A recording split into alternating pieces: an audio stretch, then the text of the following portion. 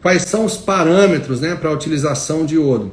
Porque você ainda se sentir em determinados casos um pouquinho insegura na reposição de iodo, porque eleva os níveis de TSH, e como é que a gente vai avaliar isso aí? Bom, o que eu tenho para dizer para você é o seguinte: os critérios que a gente vai utilizar para poder fazer uma reposição em doses mais elevadas de iodo são principalmente aqueles pacientes que têm cistos, por exemplo, cistos mamários, cistos na sua tireoide ou cistos renais, enfim, doença cística em algum tecido do corpo, mas principalmente relacionados a cistos na própria tireoide e na mama, ou então até nódulos mesmo, né? Então aqueles pacientes que têm hiperplasia prostática, a gente sabe que a próstata também necessita de muito iodo, e nesses casos você entra com doses acima daquelas doses. Eu não vou falar aqui doses abertas para vocês, que a gente está numa live onde tem muitas pessoas que não são da área médica aqui, eu não posso falar isso aqui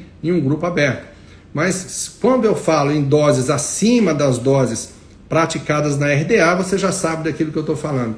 Com relação ao TSH, se ele aumenta sim, tá? Por quê? Qual é o mecanismo que acontece? Qual é o mecanismo que faz com que esse TSH aumente? Então, quando eu tenho uma insuficiência de hormônio tiroidiano, que também é acompanhado de insuficiência de cortisol, a gente sabe que esse TSH ele vai ficar inibido ali, porque o cortisol é quem sensibiliza os receptores do TRH lá no nível da hipófise. Então, se o TRH não consegue se acoplar no receptor, ele não vai estimular esse TSH.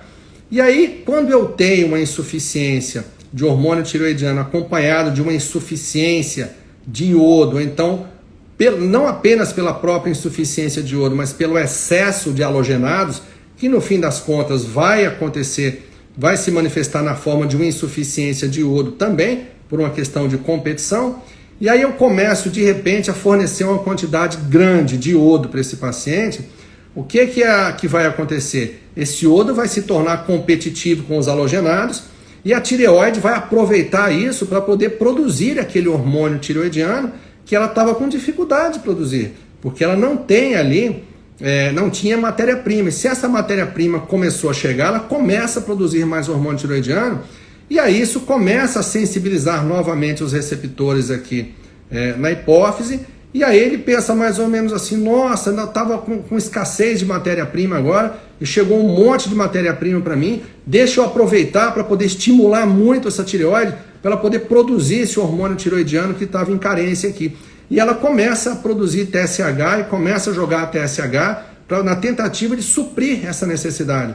Então, já que eu já não levo muito em consideração os níveis de TSH, e mesmo quando é necessário fazer uma reposição acima da RDA de iodo, aí durante pelo menos 6 meses você esqueça o TSH como um marcador fidedigno para avaliação da tireoide. Pode esquecer, porque ele aumenta e muitas vezes ele vai lá para cima, para a estratosfera mesmo. E você vai ter que se basear nesses casos aí muito mais pelo T3, pelos níveis de T3 e pela temperatura basal, tá?